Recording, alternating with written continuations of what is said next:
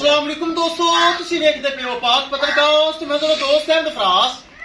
दोस्तों सब तो पहले रिक्वेस्ट है चैनल सब्सक्राइब कर लो, फेसबुक वाले भरा भी बहुत अच्छे पेज नु फॉलो कर लो। किसी भरा वीर नु अच्छी नस्ल की गाय चाहिए माशाल्लाह गावां रब तो वध खड़ी हैं, राबता करके परचेज कर सकता है। लोकेशन डाबूंगा हयात तहसीलो जिला पाक पतन शरीफ।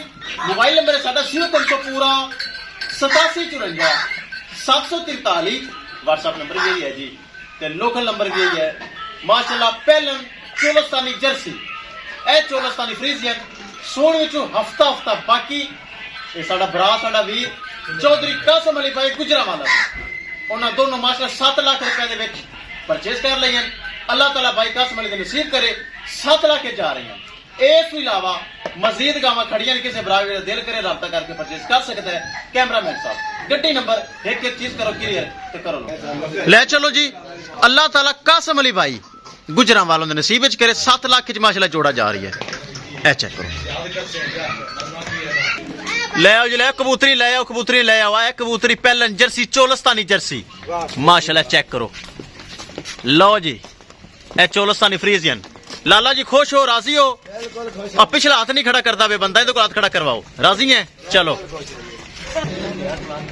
किसे मेरे भरा वीर नु चंगियां नस्ली असली दुध आलियां पहलना दुंदियां चौगियां सैक्सी मन वच्छियां आलियां चाहिदियां होवन, कबूतरियां चाहिदियां होवन, मिलनगियां पाक पतन काउस ते जो जानवर लगदा है सेल माशाल्लाह।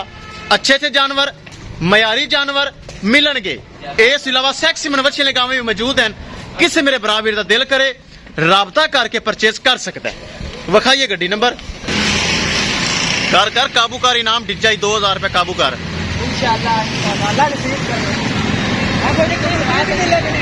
हैं।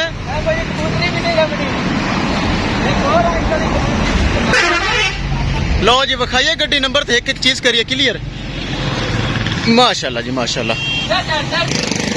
लो जी गड्डी नंबर एक एक चीज करांगे क्लियर।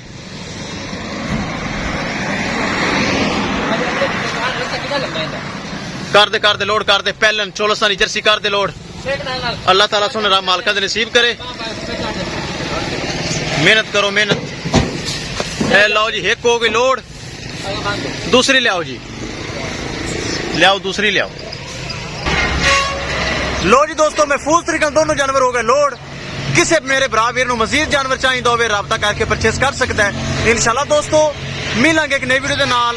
अपने फराज दोस्त लो इजाजत, अल्लाह ने के बाद लो जी अल्लाह दे शुक्र।